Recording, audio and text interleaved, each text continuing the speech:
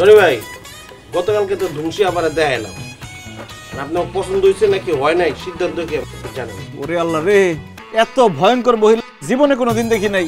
জানেন আব্বা, আমার ভূত দেখার খুব ইচ্ছা ছিল। এই ধুমসিটা দেখার পর আমার ভূত দেখার ইচ্ছা মিটে গেছে। কেন জামাই বাবাজি? কেন বুঝেন না? এই বেড়ি যেটা নিজে ভূত। এই বুট্টুর বাচ্চা বুট্টু, তোরে কইছি আমার শ্বশুর আব্বার জন্য ভালো ভদ্র একটা মেয়ে ঠিক করতে, তুই এরকম জেল খাটা দাগিয়া স্বামীরে ঠিক করছিস কেন?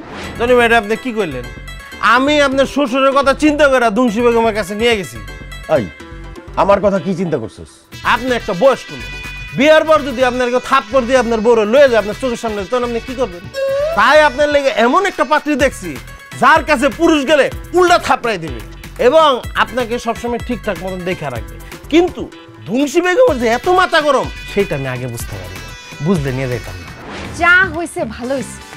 আমার আব্বা আরেকটা বিয়া করুক এটা উপর আল্লাহও চায় না, এর জন্য ওই রকম একটা মেয়ের কাছে আমাদের নিয়ে গেছে। যাই হোক আব্বা, যা হয়েছে হয়েছে, সব বাদ দেন, আপনার বিয়া করার দরকার নেই। বিয়া করার দরকার নাই মানে? আমার একজন খাওয়াইবি না তো মাখাইলি কেন? কি বলতেছো আব্বা? কি মা খাইলা? কি মাখাইলাম মানে? আমারে যদি বিয়া নাই করাবি তাইলে পাত্রী দেখাইলে কেন? এত বছর পরে আমার নিজের জন্য নিজে পাত্রী দেখতে গিয়া আমার মনের ভিতরে একটা ঢেউ খেলে গেছে। বিয়া না করা পর্যন্ত এই ঢেউ থামবে না, অতএব আমি বিয়া করবই।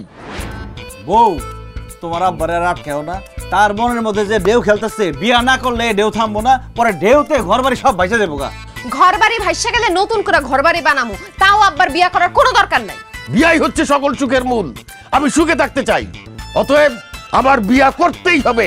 জামাই, আমার মাইয়ার কথায় তুমি কান দিও না। তোমরা দুইজন মিলা আমার জন্য নতুন কইরা আবার ভালো দেখা ভদ্র নম্র একটা পাত্রী দেখো। আব্বা আপনি উত্তেজনা কমান, ঝামেলা হয়ে যাবো। বুট্টু, তোর কাছে কি এই খুনি দাগিয়া স্বামী ছাড়া ভদ্র নম্র সুন্দর এরকম কোনো মেয়ে আছে? অবশ্যই আছে।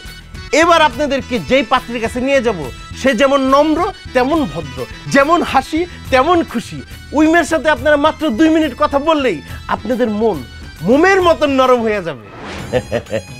আমার বউ মইরা যাওয়ার পরে আমার মনটা শোকে পাথর হয়ে গেছে।